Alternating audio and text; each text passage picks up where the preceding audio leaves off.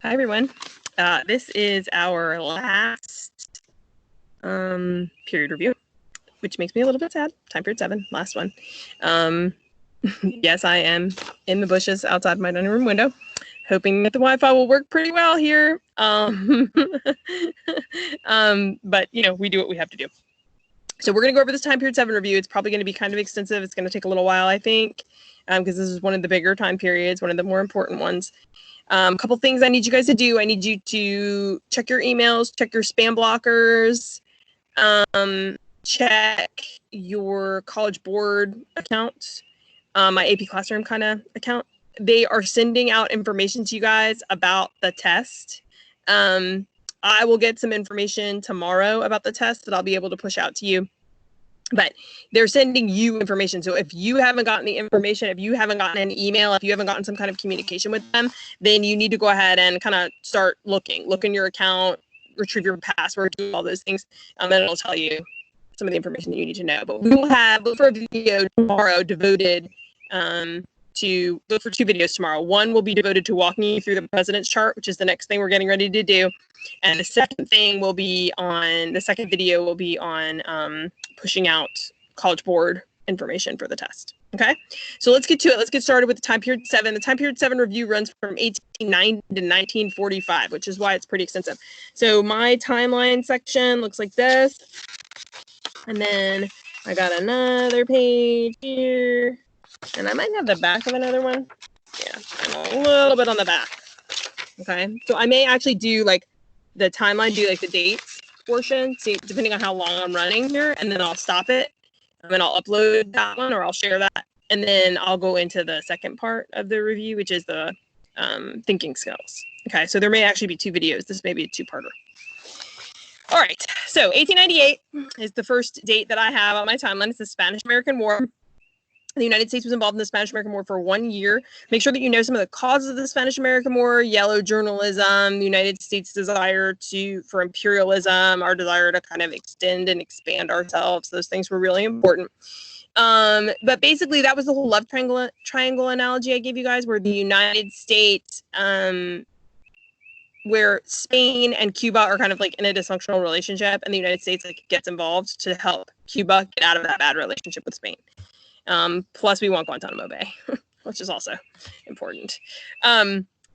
We also end up in the Philippine-American War because as a result of the Spanish-American War, we end up in conflict with all of Spain's global holdings, and the Philippines was one of those things. So that was part of that expansionist DBQ we did.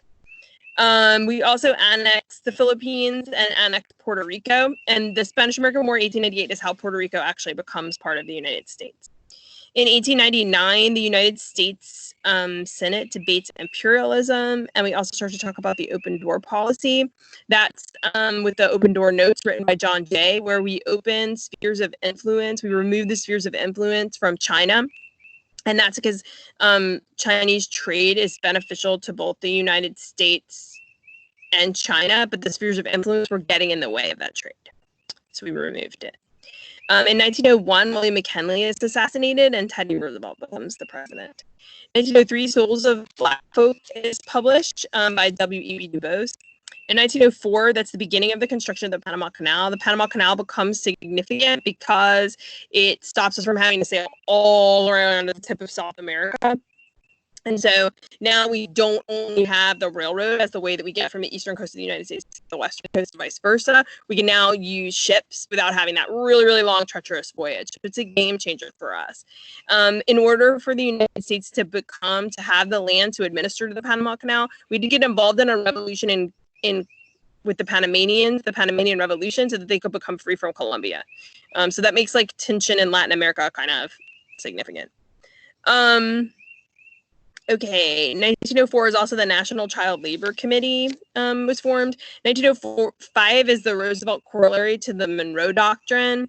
So that's Teddy Roosevelt's addendum to the Monroe Doctrine, that not only will the United States get involved to keep European influences out of Latin America, but we will also get involved in Latin American conflicts to protect our economic interests. It's part of the speak softly but carry a big stick idea. 1905 is also the start of the Great Migration. So the Great Migration was when a lot of the people who were freed from slavery, African Americans who were freed from slavery, realized that like the South was like a pretty racist, segregated place, and they didn't want to live there anymore. So they started to move to the North because they felt like they would be more free there. And so that's called the Great Migration, where many African Americans moved north to the cities to find industrial jobs. And one of the things that they find is that actually it's still difficult because racist people are everywhere. It's just a different kind of racism that they face in the northern cities. Let's see, 1906, The Jungle is published. That was by Upton Sinclair, and that was the thing that exposed the gross conditions in the Chicago meatpacking industry.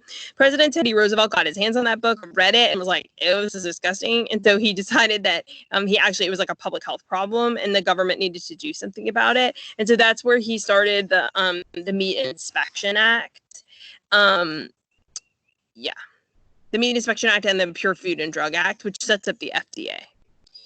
1909 was the uprising of 20,000, and it was the shirtwaist workers' labor strike. And then let's see, 1911 was the Triangle Shirtwaist Factory fire, and that really disproportionately affected women and exposed like the poor labor conditions of women in the industrial age. 1912, the Titanic sinks. In 1912, Woodrow Wilson is elected president. 1913, the 16th Amendment. He passes the 16th Amendment, which allows him to collect income tax. He also passes the Federal Reserve Act, and there's a suffrage parade in Washington, D.C. In 1914, Ford rolls out the first assembly line, and World War I begins, but the United States does not get involved yet. In 1914, Woodrow Wilson also passes the Federal Trade Commission Act, and the Lusitania sinks in 1915. The Lusitania was that British ocean liner that sinks, the German U-boats sink it. It sinks in 21 minutes, which is really crazy because it was a huge ship. And it's because the U-boats were like torpedoing it from underneath. But then the Germans were saying, oh, it's a legitimate military target. And the British were saying, no, it's a passenger ship. But then later on, like I think in the 90s, it was found that the excavations of the ship or whatever were found that there actually were weapons on board. So it actually was a legitimate military target. Oops. But we didn't know that at the time. So Americans were like outraged. Let's see.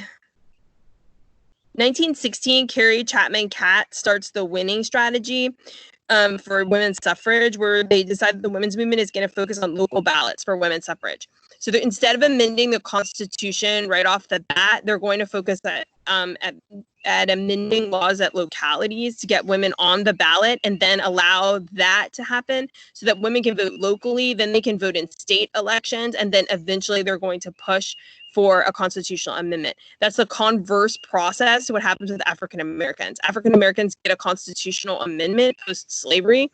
That's the one of the Reconstruction Amendments, the 15th. And then people exploit those loopholes. Localities exploit those loopholes in the Constitution to keep African Americans from exercising their constitutionally afforded rights. And that's where the Jim Crow laws come from. So what the women's movement decides is to go in the opposite direction to shore up all of those loopholes and then get their constitutional amendment. So it actually ends up being a really successful strategy.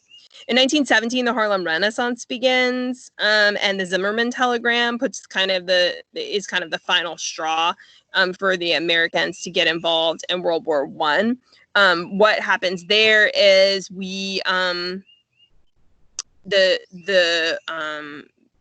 a telegram is intercepted where the Germans ask Mexico to get involved in World War I, and that the Germans would then help Mexico recover territories that they lost in the Mexican-American War.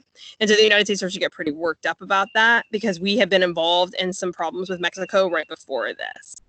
With the whole thing with Emiliano Zapata and Villa. We went over that in class. Let's see. So in 1918, the United States enters World War I, and then World War I ends in 1919 for the United States. And we are also suffering from the Spanish influenza global pandemic, which puts a halt on a lot of American economics at the time. 1918, Woodrow Wilson issues the 14 points. We did an organizer on that. It would definitely be worth looking at what the 14 points are. It's a pretty significant thing. It's Woodrow Wilson's vision of what world peace theoretically would look like. One of his points is to create, I think the 14th, is to create a League of Nations, which becomes a predecessor for the United Nations. The problem with this is that there is a group of people led by Senator Henry Cabot Lodge called reservationists who do not want the United States to get involved in global affairs because we just got involved in global affairs and look what happened. And so they want to like go into a period of isolationism. So they fight joining the League of Nations. And it ends up actually that the United States does not join the League of Nations as a result of their efforts. So then Woodrow Wilson has a stroke, and his mental capacity is questionable while he finishes his term in office, but he finishes. And then we move into... there's an armistice in Europe, and then in 1919, we have the Red Scare. In 1919, we also have the passage of the 18th Amendment, and Prohibition begins. We also have the Red Summer and the Great Migration, which is part of the Great Migration, and the Treaty of Versailles is signed in 1919. We went over the failures of the Treaty of Versailles and how those led to the rise of Hitler and World War II. And so that's pretty significant to make sure that you kind of go over that. You have that in your notes. Let's see. 1920 was the passage of the 19th Amendment, which marks women's suffrage, so women get the right to vote. 1921 was the Sacco and Vanzetti trial. Those were the Italian immigrants who were accused of murdering a paymaster in South Braintree, Massachusetts. Why does my brain remember random facts like that? Who knows? And like judge made prejudicial remarks because they were Italian immigrants and also because they were anarchists. And so they didn't get a fair trial, and then they were executed. Although one of the guys was probably guilty. Like, ballistics evidence, I guess, indicates that one of the guys actually did shoot the paymaster. So whatever. But it just is supposed to show that, like, we weren't giving people, especially immigrants, a fair trial. 1924, the National Origins Act and Great Gatsby is published. So then we're going to get into the Great Depression. So 1929, the stock market crashes. 1930, unemployment skyrockets, and in 1931, the Midwest of the United States experiences the Dust Bowl. The Dust Bowl was a particularly unique environmental disaster that happens during this time period for a few reasons. First of all, they were overplanting in the Midwest and not preserving the native prairie grasses, so that caused like a bunch of loose topsoil. Then they also had this very unique like storm situation happening that caused static electricity. So because they didn't have the prairie grasses holding the topsoil in place, and then they also had these crazy static electricity storms, it created this like tornado of storms, this like hurricane of dust.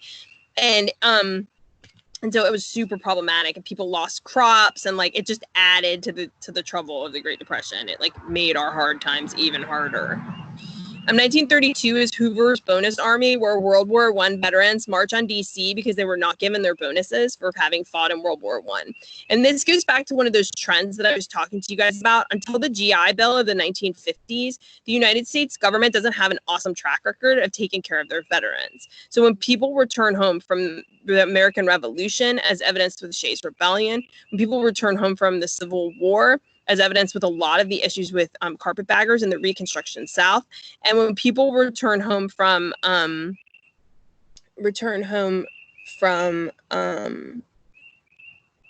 the World War I, as evidenced by the bonus army, they weren't taken care of, and so they had these issues, and they march and they protest the government.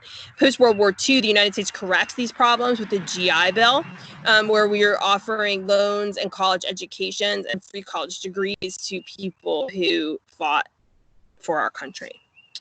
1932, FDR is elected. That's Franklin Roosevelt. Don't mix him up with Teddy. They're different.